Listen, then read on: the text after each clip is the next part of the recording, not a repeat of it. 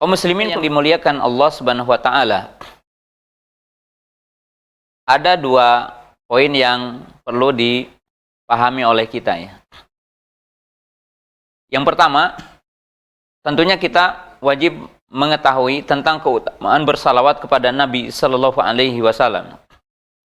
Ya, tidak perlu disebutkan tentang mungkin dalil dan sebagainya ya, bahwa orang mukmin tahu dan sangat tahu tentang keutamaan salawat kepada Nabi sallallahu alaihi wasallam. Salah satu sebab yang utama di antara keutamaan salawat itu justru akan menyebabkan seorang mukmin untuk mendapatkan syafaatnya nanti yaumal qiyamah. Ya. Kemudian salawat kepada Nabi sallallahu alaihi wasallam itu bentuk takzim, bentuk pengagungan kepada Nabi sallallahu alaihi wasallam. Dan salawat kepada Nabi sallallahu alaihi wasallam tentunya juga otomatis pengagungan kepada Allah Subhanahu wa taala. Karena Allah Subhanahu wa taala yang memerintahkan kita untuk bersalawat kepada Nabi sallallahu alaihi wasallam. Dan salawat kepada Nabi sallallahu alaihi wasallam sebagai dalil atau sebagai bukti bahwa kita adalah mencintai Nabi sallallahu alaihi wasallam.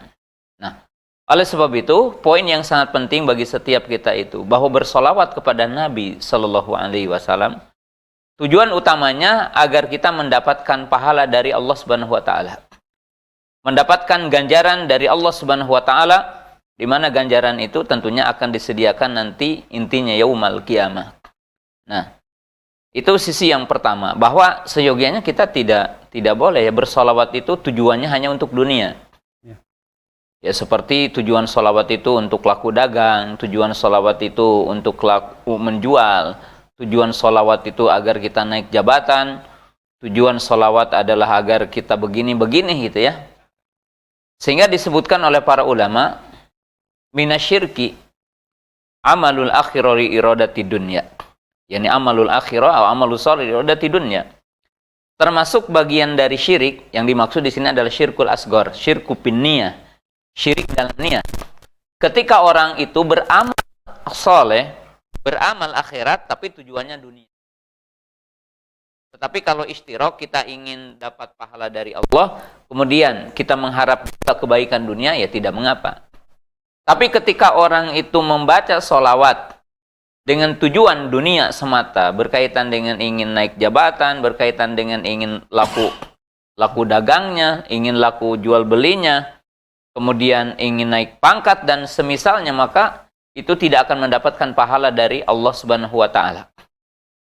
Ini mungkin sisi yang pertama yang harus kita juga mengedukasi diri kita ya dalam beramal.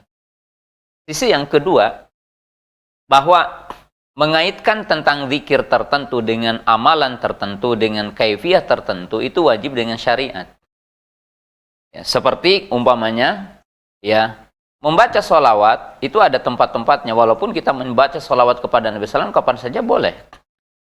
Tetapi mengaitkan satu perkara dengan satu perkara lain, atau satu ibadah dengan ibadah yang lain, satu ibadah dengan amalan tertentu dikaitkan. Umpamanya bacaan sholawat untuk dagang laku, bacaan sholawat untuk ini, ya. Maka mengaitkan satu zikir dengan amalan tertentu itu perlu kepada syariat, perlu kepada dalil, perlu kepada tuntunan dari baginda Rasulullah Sallallahu Alaihi Wasallam. Ya, maka termasuk tidak benar ketika orang ingin laku dagangnya atau cukup bersolawat kepada Nabi Sallallahu Alaihi Wasallam, karena solawat kepada Nabi Sallallahu Alaihi Wasallam tidak dikaitkan dengan amalan-amalan tadi.